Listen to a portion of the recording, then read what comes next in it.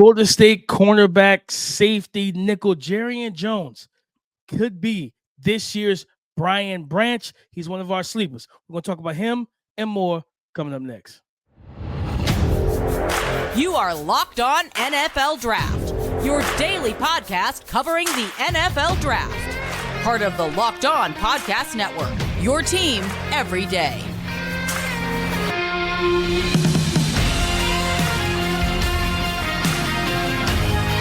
What's up, Locked On family? Welcome back to the Locked On NFL Draft Podcast, your daily podcast covering your favorite draft prospects, part of the Locked On Podcast Network, your team every day. I'm your boy, Damian Parson, always on the ones and twos. You can find and follow me on X at DP_NFL.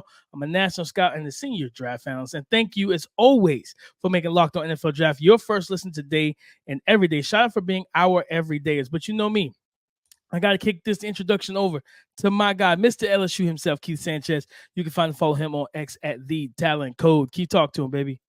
What's up, Locked On family? This is Keith Sanchez, 2019 national champ with those LSU Bengal Tigers, man. And the other side to this dynamic duo that we like to call the Locked On NFL Draft Podcast, where we talk everything college football, we talk everything NFL football. But what we like to say, it all starts with the NFL Draft. And DP, man, we're getting into our bag, right? We have our show segments today. We're going to talk about these sleepers, these guys that nobody's talking about that had the opportunity to make a high impact as rookies. Then we're going to get into a Dame's Dude segment. Yes, y'all know I put DP on the hot seat, make him ask some tough questions, and we get this thing figured out. And then we're going to finish this thing up with perfect fits, right?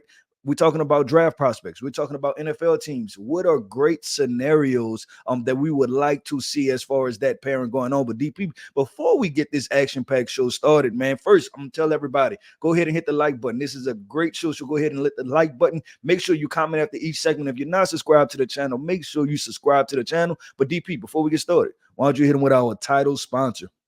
This episode is brought to you by PrizePicks, the easiest and most exciting way to play daily fantasy sports. Go to prizepicks.com/LockedOnNFL and use the code all lowercase LockedOnNFL for a first deposit match up to $100. Keith, Florida State safety, nickel, corner, do it all, defensive back, Jarrian Jones. This is at 6 foot even, 190 pounds.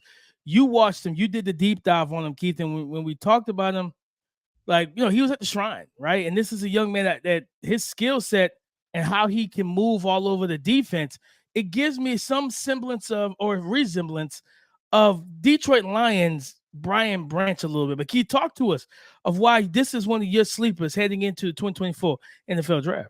Yeah, so first off, just throughout his career, right, he's played multiple positions, played true safety position, had to line up at corner from time to time, but also he found a home at that nickel position. And we know in the NFL how important that is, right? When you're talking about run support, but you're also talking about covering slot receivers, you're talking about covering tight ends. But then now when you add in that mixed baggage of these different, you know, the RPO with the smoke screens, the RPO with the bubble screens, right, by the number 3 wide receiver, it puts even more tension on that position. And when you have a defensive back that can be a 3-down defensive back, and the reason I say that is because now teams are running the ball even more, so they're getting these defensive backs involved, and he shows well in the run.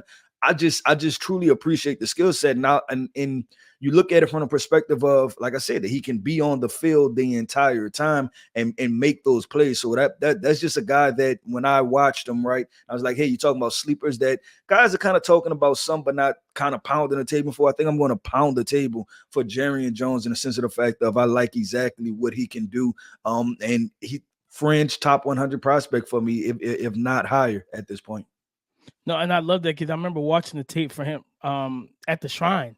You know, I remember correctly, he was at the Shrine Bowl and watching the one-on-ones, technically, refined, quiet feet, right? 1-inch steps. He's able to mirror and match his guy. But when he needs to get hands on, he can be disruptive as well. And you're talking about a competitive corner, man, that really plays at the catch point, whether it's a high point or it's just like on a crosser or a slant, trying to play through the hands, punch through the pocket of the receiver and knock the ball out and separate ball from body, man. I really like what I saw from him.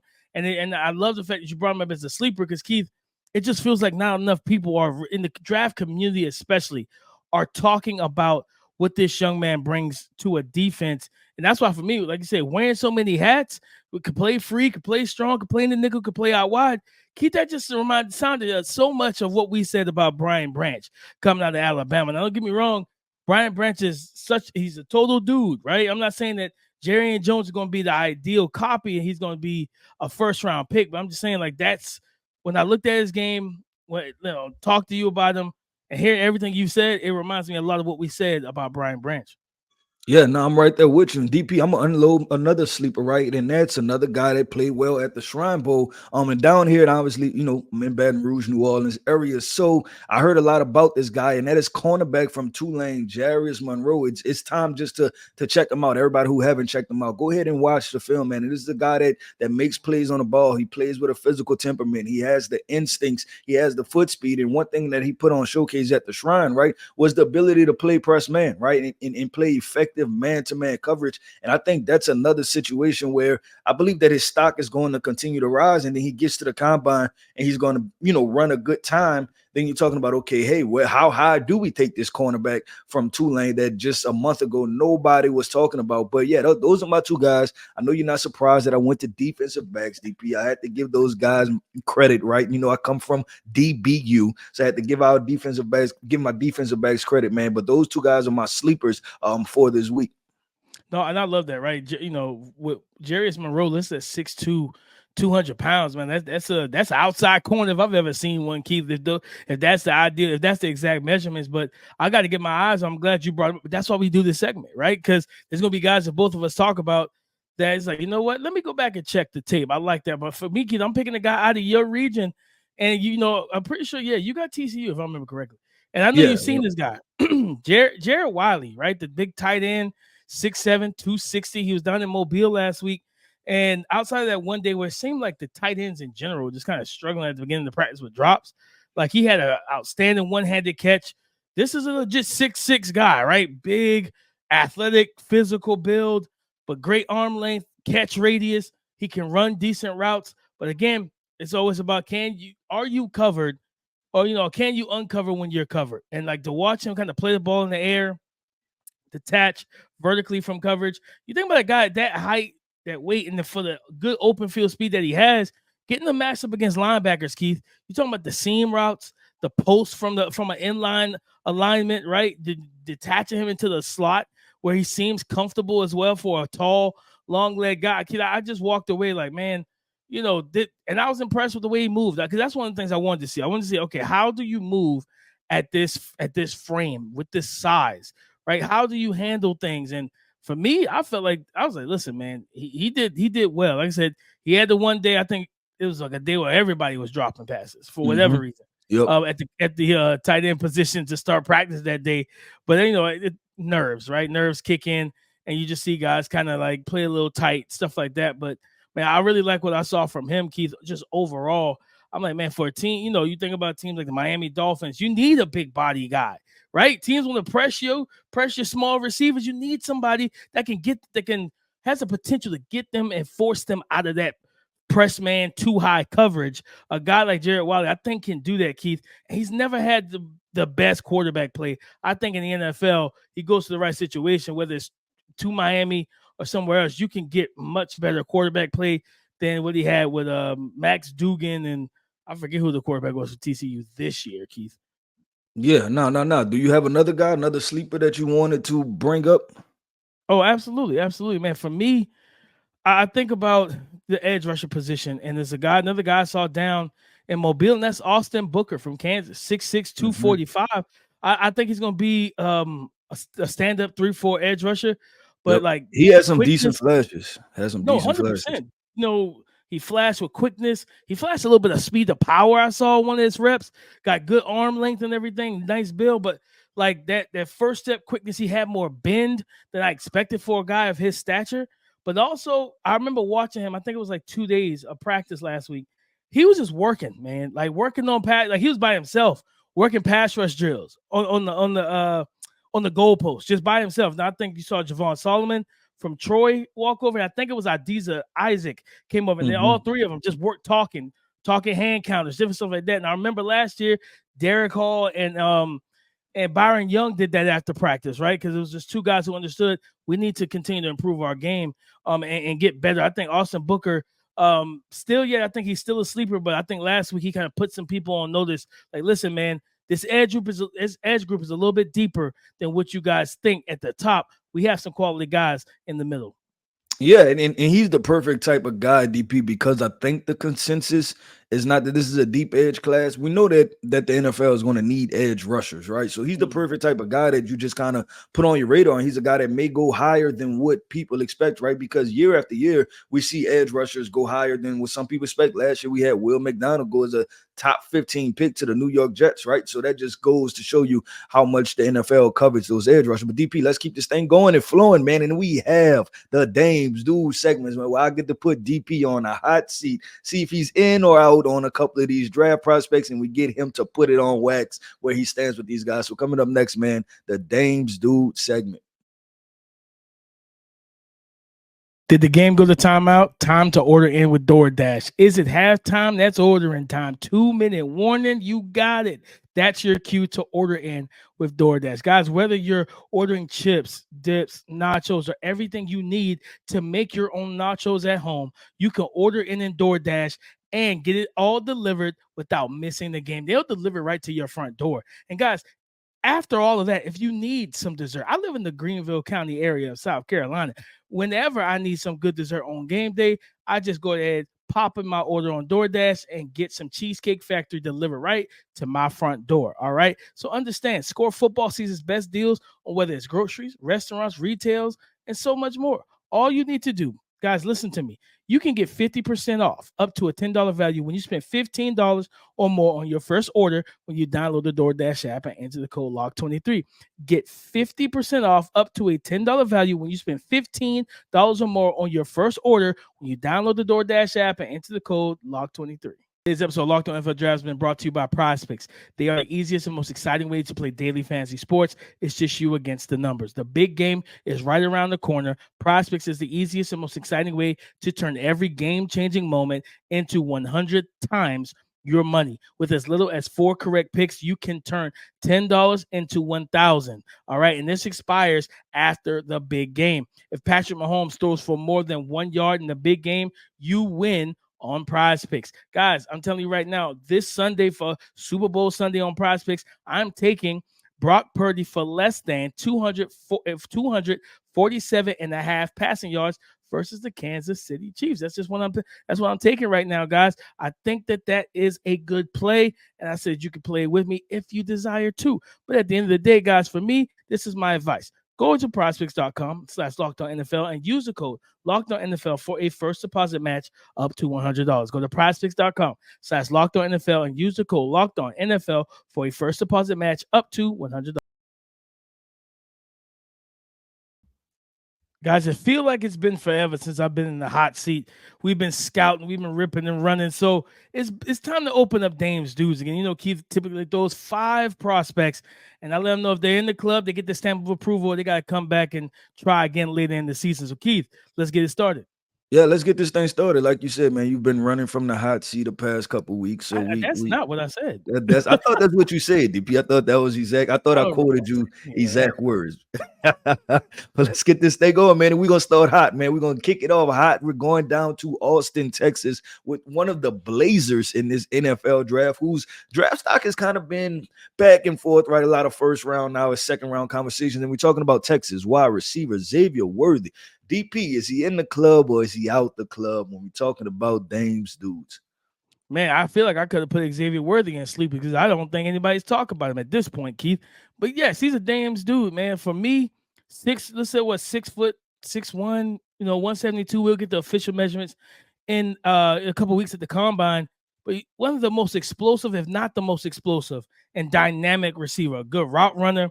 He's got to clean up some concentration drops. But, man, like the speed you can't teach. He runs good routes. He stems work. To me, like I think for most of his career at Texas, he was called Marquise Brown 2.0. And I was like, yeah, Marquise Brown can run routes. You know what I mean? Like this young man knows how to get open and not just with speed, man. He changed the direction, everything. I feel like he plays a little tougher and bigger than his frame. Man, so yeah. Xavier Worthy is one of my favorite receivers in this class. And it's just crazy how, and I know he wasn't at the Senior Bowl, so maybe it's a, like you always talk about, out of sight, out of mind thing. But I'm like, man, a talent like this should not be under discussed. No matter if it's the Shrine going on, no matter if it's the Senior Bowl going on. If you're talking about a top end type of receiver, a guy that could be an instant game changer and playmaker, you shouldn't look no further than Xavier Worthy. Yeah, I just wonder if he's going to gather the Tank Dell conversation, because we've never had it surrounding him, and he may be the closest guy when you talk about like a body physique, stop ability, explosiveness, ability to run routes in the slot, but also the ability to run routes on the outside. So I will see if that conversation go. But DP, let's keep going, man. We have up next AJ Bonner, tight end from Michigan. We know you scouted the entire Michigan team. So what is AJ Bonner ranked as far as being a Dames dude or not? Man, AJ Bonner, you got to come back another time, brother. I like 6'6", 250. I think he's got solid athleticism, can really stress and work the vertical plane. Did some detaching, but saw him down in Mobile, right? Big kid, Keith. Big kid, big strapping young man, but drops. He's not a very, you're talking about receiving wise. Like, this is a young man that played. I think he started his career at Indiana. He played 3 years there, never eclipsed over 200 yards until he transferred to Michigan. And then he had less than 250 yards at Michigan. I feel like the potential is there with him, but I feel like he's still raw as a pass catcher because he hasn't had the volume to really be able to consistently catch the football and be used as a weapon. He will block his butt off. He's a really good run blocker. Don't get me wrong, but I think that there's just a little meat left on the bone for him to take that step as a pass catcher. And right now, I can't let him in the club yet. I got to see some things before I let him in the club. I'm sorry, he can't get cool. There you have AJ Bonner. You have to come back. Next up, DP, we're going to a signal caller, man. A guy that was just at the Senior Bowl, right? Another Tulane guy. We're going with Tulane quarterback Michael Pratt. Where are we with Michael Pratt, DP? Heading into this event last week, Keith, he probably would have been in Dame's dudes, but he's not now. Okay, he played himself out of it. Okay, he played himself out of it, man. I actually sent security and told him to get him out of line because is just it just wasn't it. I didn't like what I saw from him, man. Like, I felt like he was overcompensating. I felt like he was trying to put too much oomph behind passes, and typically when guys do that, you don't have spin control. You don't have the control of the trajectory. And I saw him overshoot guys, right? Like ball sailing, even against air, right? They're running kind of switch concepts in the low red. And I've seen some passes. Bro, there's no defense. It shouldn't be this high. Like, what is going on, Pratt? And I still think he's a talented young man, but I came in with really good expectation, even higher expectation. I'm like, man, this is a guy that could probably solidify himself as at worst third round pick, because I think the arm talent was good. He's mobile, he showed accuracy, and he's a gamer on tape. And then we get down to Mobile, and he was so tightly wound and so amped that he never settled in my opinion. So off of that eye test being there, right now, Pratt's not even in line right now. I was very disappointed. Yeah, man. I think what Michael Pratt shows that you should probably take a early day 3, late day 2 flyer on him and sit him a year or two, right? So potentially, if you like the Tampa Bay Bucks or something, right, and you believe you're gonna have Baker for a couple years, or if it's a situation where you have Geno Smith for a couple years, right, something like that. But still understand that that there can be progress to be made, right? It just, like we talked about with the safeties, like with Cam Kinchins, right? It just wasn't a good situation. It wasn't a good environment. But DP, let's keep going, man. We're talking about a small school running back, Isaiah Davis. Is he a Dames dude or not? Yo, this is one of my guys, Keith. This is one of my I could have put him in sleepers. I didn't think about it, but you're talking about being 6'1", 220 pounds with quick, agile feet, man. I'm gonna say this, Keith. People talk about Braylon Allen being 6'2", 245. Man, that's a lot of people's RB1. Let me tell you something. I like a running back that can create. I like a running back that can handle and negotiate quick pressure from the defense. And for me, Isaiah Davis does the things that Braylon Allen can't or doesn't do. I'm talking not just quick-footed, but he can also run some decent route tree, or a decent route tree, talking about the Texas route, the angle route. He's run some rail and wheels, and he catches the ball confidently. I was watching tape on him heading into the Senior Bowl, and I saw a guy, he ran a Texas route. He won it. The ball was thrown high and away. He went up in the middle of the field with one hand, snagged it, and kept going. Right. I'm telling you now, Braylon Allen is not doing that. Like, for one, he's probably not winning that angle route. Like, so that's just not in his game. So for me, I look at a guy that could be a potential late day 2, day 3 type of running back that has 3 down potential. He's willing to pass protect. I think he's still got to grow in that regard. But man, I absolutely love the ability to grab this young man. Like I said, maybe early 4th round at worst. I mean, at earliest, late 3rd, and you have yourself an NFL back that can play on all 3 downs. Yeah, I would say with this running back class, and I'm gonna have this conversation later on. People when scouting, the NFL when scouting, they better throw away the helmets because it appeared that some of the smaller school running backs, are very talented. And it just be a matter of where do you draft them, right? But I wouldn't be surprised if a couple of these guys are key, are just contributors for NFL teams, right? They come from these very small schools. I could definitely see it happen just because of the skill sets they have. But DP, let's go ahead and wrap this segment up, man, with another quarterback, a quarterback whose big brother is slinging it down in Miami. Yes, we are talking about Taulia Tagovailoa, a guy that I believe he tried to declare and then he tried to come back and then his waiver got revoked. And then now he said, you know what, I'm just going to go ahead and go to the NFL. He was at the East-West Shrine game. So how are we feeling about the little brother of Tua, Taulia Tagovailoa? DP, is he in the club or not? Nope. And this, he's not in it. And this ain't got nothing to do with his brother. This is just, I don't see. Okay, listen, I have a question. Is his brother in it? Is his brother in the club? No. Okay, so you kick both. Okay, neither Tagovailoas are not in the club. Okay, I didn't know if one was gonna be in and one was gonna be out. I'm like, man, that's gonna be crazy. They may be texting each other, stuff like that. But if neither one is in, both sitting in the car outside. They're both sitting in the car outside trying to figure out which other club is open. Now, I came into, like, when he got into school, I was really excited for him. I just think there's a lot of limitations there. You know what I mean? Size-wise, everything, like arm talent, I'm not truly impressed with. 5'11", 208. Smaller than Tua, because Tua's like 225, right? Like Tua's he's a visibly smaller guy. I was surprised that he even came in at 5'11", if he came in at 5'11" at East-West Shrine game. Right, yeah. I was surprised he came in. I wouldn't be surprised if he's 5'10" and a half. And then even like the muscle mass and everything, like he's definitely a smaller guy. Like when you look at him, he's a smaller prospect. He's thin. I think the arm talent is just average. You know what I mean? It's adequate. I don't think he has a really good arm or, high octane NFL arm, which again, as we've seen with Brock Purdy and some of the other quarterbacks, it's not an absolute guarantee that you need it. But still, for me, there's some things missing from his game. And you know me, I'm a traits guy, so he's not in the club. Yep. Well, that wraps it up, DP. Hopefully we do this again. Matter of fact, not even hopefully. We are doing this next week because, like you said, man, you have to stop running away from the smoke in the hot chair. What dames do, man. But coming up next, man, we are talking about perfect fits. Yes, draft prospects, NFL teams. What would we like to see? So we're going to get into that next, man. NFL teams with these draft prospects. What are the perfect fits? Coming up next.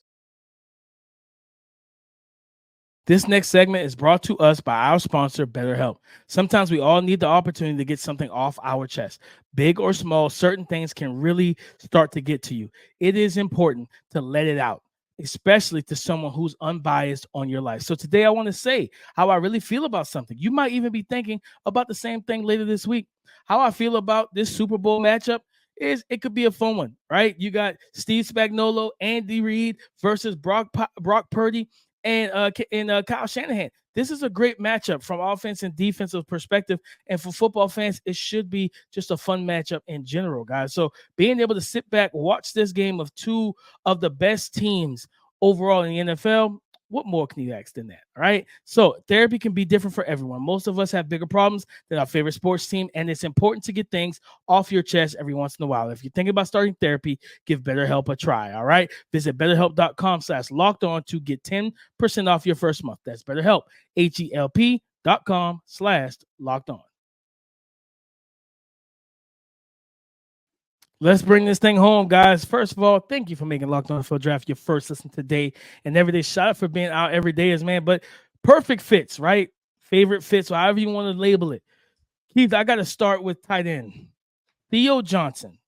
I feel like a perfect fit for this young man who has a developmental skill set that can absolutely be, to me, I think he could be a dude at the tight end position, Keith. I really do. And I think my perfect fit for him at 6'6", 265, the Kansas City Chiefs, sitting behind Travis Kelce, giving him, going from all the inept quarterback play he's had at Penn State and taking him and putting him in the offense with the best quarterback in the NFL. I think Theo Johnson, athletic, he blocks. He's got good catch rates and ball skills. I feel like he's so untapped in terms of his potential. Man, if I can get this young man into that offense, let him learn from the Travis Kelce's, being coached up by Andy Reid, and then having the best quarterback in the NFL, and Patrick Mahomes. Oh, baby, you know what I'm saying? I would love it. I would love it. I think this is also a need for that team, right? You don't have a tight end that you can just usher in whenever Travis Kelce decides to walk away. Maybe after the Super Bowl, he gets engaged to Taylor Swift and calls it quits, right? Who knows? You know what I mean? At the end of the day, you got to have somebody, whenever that moment comes, where you say, you know what, man, I'm done. You don't want to be sitting there grasping for straws and struggling because, hey, what if you don't have another true receiver beside Rashee Rice? Then the offense looks vastly different without Kelce and just Rashee Rice as that now as a wide receiver one. I think Theo Johnson, you slide him into that offense, give him a year or two to really learn Mahomes and deal with the coaching there and really develop. Man, you could have an absolute problem at the tight end position with that guy at quarterback and that Hall of Fame head coach calling plays. Do you think he has the lateral agility that Kelce has? Like, do you foresee that? No. Okay, Kelce that's moves just like a receiver almost, like at times. Like he's very, I don't know, like he's a different body type, in terms of like agility, and like his body's all fluid where he makes all these movements that a 6'5" tight end or whatever like shouldn't be able to do. So no, I don't think he has the lateral agility of Kelce, but I think it's good enough paired with his frame and his vertical ability. Yeah. Okay. Cool. Well, I'm gonna wrap this up with I'm gonna go with mine right and start with pick 2. Washington Commanders, Caleb Williams. Listen and let me finish. Because we had the breaking news, right, of Cliff Kingsbury being hired to the Washington Commanders. And we didn't get to have this conversation. And is this that everyone is like, oh man, here goes Cliff with another, like, he fell up, right? Like he tripped and fell his way into a good job, right? And it appears to be continuously happening. I'm ignoring that part. Ignore your feelings about Cliff Kingsbury, right? Ignore that portion of it. But I already talked about all the reasons why Caleb Williams should go to Washington, right? We talked about the new ownership. We talked about him being from that place. But DP, you've been on wax, right? Being critical of Caleb Williams, right? And my thing is this, that what better pairing to have than somebody that runs the same exact system, right? Because we feared, right? And you had conversation about, oh man, I don't know if I like him in every system. But what if I told you this, DP, that he was going to have Terry McLaurin, he was going to have Jahan Dotson, and he was going to be running the air raid? You would be like, okay, this probably can work early on, right? And that's why I say that pairing is because often we get on NFL general managers, right? We've been critical of the Bears also, and just other teams of doing stuff that doesn't make sense, right? And my thing is that if you're going to give Caleb the opportunity to be successful early on in the NFL, then to me, it just seems like replicate what he does right now, right? And I get it that I know it's like kind of stale for Cliff towards the end, right? Where they talk about, pre-snap motions and he didn't do anything, a lot of static alignment, things like that. I'm just thinking about as soon as Caleb enters the NFL, things are going to be familiar, right? It's going to be terminology that's familiar. It's going to be routes that's familiar. It's going to be checks that's very familiar for him. So hopefully we get to see the very best version of Caleb Williams instead of throwing him into an offense that is totally brand new to him, right? And then also, what is his style of play? Holding on to the football, 5 wide, making things happen. We can get some of those flash plays early on. So when I thought of the Cliff Kingsbury hire, I thought of the Caleb Williams and his ability to be successful as early as possible could happen because what he's doing in college will be replicated in the NFL. No, and it's crazy because I do NFL writing over at A to Z Sports, so go check it Uh-huh. out. I actually submitted a piece yesterday, Keith, on talking about, or was it 2 days ago? When it was right after the news broke. I submitted a piece about like the Commanders signing hiring Cliff Kingsbury. Does that mean that they're about to trade up for Caleb Williams? Right, because as everything you said, he was an offensive analyst at USC, Caleb Williams' final year. I know some people tried to use that against Cliff and said, well, when Cliff got on the staff, the offense looked bad. No, that's Lincoln Riley's offense. He's running that. Like, he's calling the plays, right? It's not Cliff as an offensive analyst that is destroying or limiting the offense. No, it's just things didn't go. The offensive line didn't play as great. Things just didn't go as planned, right? And that happens. But I do think that I like that a lot, Keith, mainly because at the end of the day, Cliff can run that air raid. He can run it and tie it to the skill set of a quarterback that he's been in coaching rooms and meeting rooms with. He knows how Caleb Williams thinks. He would have a leg up, truthfully, over just getting an NFL offense coordinator who's never spent time with the kid. The young man he's never spent time with. Cliff Kingsbury has a whole season of knowing what he likes, what he doesn't like, how he handles things, so forth and so on. So I actually like that fit a lot. Yeah, and I think also too, when you look at this is not about Cliff per se, right? It's about the fact that it's familiar for Caleb, and then also he's not the head coach. Dan Quinn is the head coach. Dan Quinn will be the tone setter. I guarantee you on the headset, if he's not running the football, Dan Quinn is going. I was about to say the same thing. If he don't run the football, Dan Quinn's going to say run the football. Yeah, he's going to yell in the headset, run, and there's going to be some explicitives mixed in there, right? Run the ball, right? and they're going to run the football. So yeah, that's perfect fits. And I want to continue to do this segment. I just thought that, based off of the news that we got with Cliff Kingsbury, listening to like broad media, right? Like some of the and they're focused on Cliff. I'm like, this is not about Cliff Kingsbury. Y'all are totally missing the point when it comes to this. So man, I wanted to get that off. But DP, that wraps up another show, man, of the Locked On NFL Draft Podcast. I want to say shout out to our everydayers. Thank you for tapping in with us each and every single day. And like we say, man, comment. We just had a really good conversation, right, about a couple of NFL teams. Go ahead, drop your comments, whether you agree with us, whether you disagree with us. We like having a football conversation, man. And if you, after you comment, make sure that you subscribe and make sure you tell a friend that this is the best NFL draft content that there is out there, man. Listen, man, I am Keith Sanchez. You can find me on X at The Talent Code. That right there, my co-host, man, my guy, my back and forth guy, right? We put on the hot seat today, man. Damian Parson. You can find him on X at DP_NFL. Like we like to say, y'all talk to us because we like to talk back. Go subscribe and follow for free on YouTube, wherever you listen to podcasts, to get the latest episode as soon as it is available. Thank you for making Locked On NFL Draft your first listen today and every day. Shout out for being our everydayers. On tomorrow's show, we are going to continue our scouting trail, man. Maybe we get into some more wide receivers, some guys we've watched, and kind of talk about them, have those discussions about some of these prospects. But at the end of the day, we know we always tell you, come and join the conversation again tomorrow on the Locked On Podcast Network, your team every day.